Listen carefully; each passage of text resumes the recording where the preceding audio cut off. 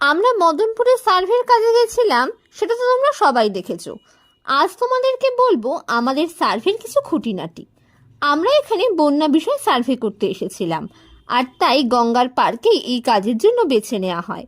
প্রত্যেকে আমরা 5টা করে বাড়ি সার্ভে করি।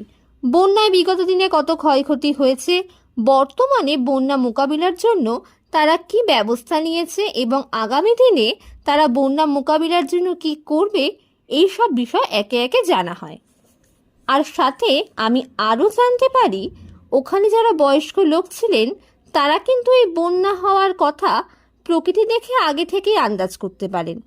জিজ্ঞেস করায় তারা বললেন ওখানে আকাশের রং দেখে, কখনো আবার একভাবে অনেকক্ষণ বৃষ্টি হওয়ার পর হঠাৎ করে গরম পড়লে, আবার আকাশের রং কালো থেকে কালচে বেগুনি রঙের হলেও নাকি বন্যা হওয়ার আশঙ্কা থাকে। আমার ছোট্ট অভিজ্ঞতা তোমাদের মাঝে তুলে ধরলাম।